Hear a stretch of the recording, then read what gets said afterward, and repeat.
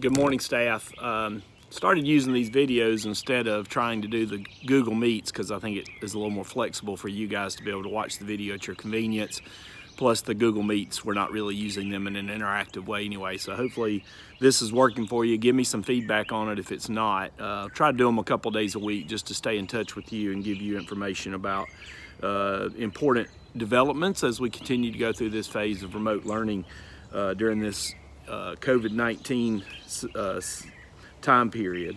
So just a couple things, I talked to you about the senior situation already. The state board has definitively ruled on seniors that basically, just to summarize it, seniors' grades should not be negatively impacted by this COVID-19 situation. So that just really means that if a kid a senior was passing as of March 13th, they're going to receive credit for that class with a special code that's just a pass code. So it doesn't really matter for them whether their grade was an A or a D in this case.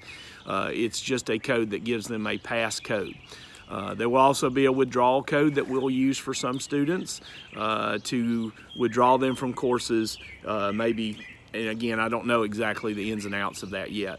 The big thing to understand about that is if they weren't passing as of March 13th, the official word from both the state and the district is that work is considered makeup work. It's work that was already done. So it can be graded, meaning if you have a senior that you would like to give the opportunity to make up work that was previous to March 13th, you can do that, and then you can regrade that work. You can take it as late work and give them partial credit, full credit, however you do that in your classroom. You can allow them to retake tests and quizzes if you want to do that to try to help them with their grade. The point being that if at the point when we implement this plan, if seniors are passing, they're passing. If they're not passing, then we will have to figure out something with credit cover, and of course with the remote learning situation that will be challenging. So any opportunities you want to give seniors in particular to go back to work previous to March 13th and redo for regrading, by all means feel free to do that, and you're encouraged to do that. And then it's just a point to make is that that could end up being the case with all students. 9th through 11th graders, that could end up being the final answer. It's not the final answer right now. The final answer right now, or the most up-to-date answer we have on 9th through 11th graders, is districts are being encouraged to continue with their remote learning plans, but nobody's being allowed to grade anything unless you can meet a set of bullet points that the state's put out. There's actually 5 of them, but the one that's the most important is you can't start grading material until you can 100% guarantee all students have access to a working device that is connected to reliable internet. That's the one that's going to end up, we think, holding up everybody in the state from being able to grade assignments, because we just can't guarantee that. We just recently did a poll through ConnectEd, and in that poll we found out that there's a good number of our students who are not able to guarantee either one of those. As frustrating as that may be for us, because we know they all have a Chromebook, we still have about 7.5% of our students that are saying the device they're using right now isn't working properly. We're working on that from our end to try to get those students a plan for getting repaired.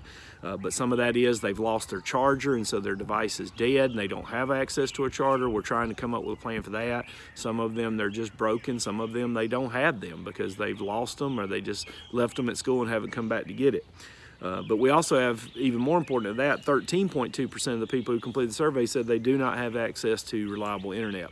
So those two conditions right there, being present at all schools at different levels, is probably going to mean that at some point, that at no point we'll be able to continue grading material. Now again, that's not something we're advertising to students yet. The seniors are pretty well aware of their decision, underclassmen are not.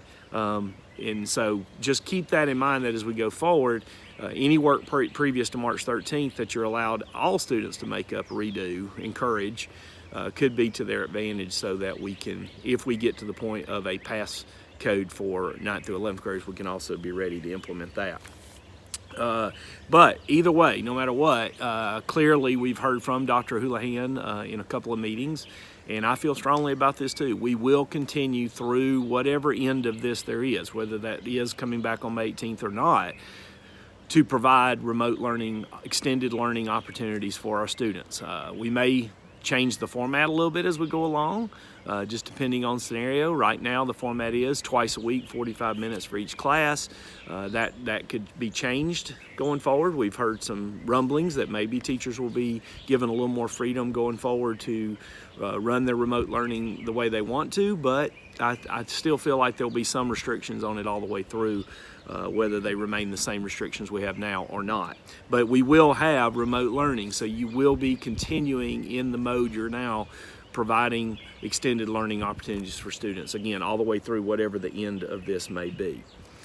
One of the things that I have found interesting, and I think is something we ought to consider, is offering office hours to your parents. There are a lot of parents out there who are very frustrated. One of the articles I shared with you yesterday in my daily email talked about the frustration of parents. I've certainly felt it at home with my two daughters at times. It's just hard when you don't have a teacher right there in front of you to show you stuff.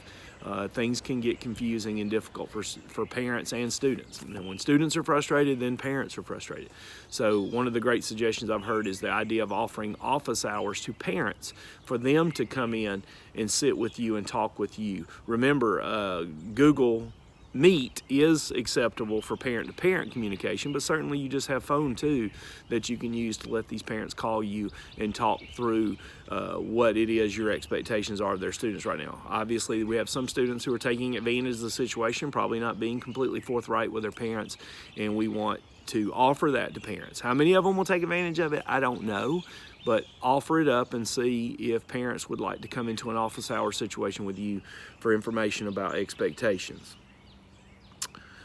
All right, I think those are the big updates I have for you. I don't know if those are really big updates, but that idea of work prior to March 13th being makeup work, meaning you can grade that work. That's the only work you can grade, is anything that was assigned prior to March 13th.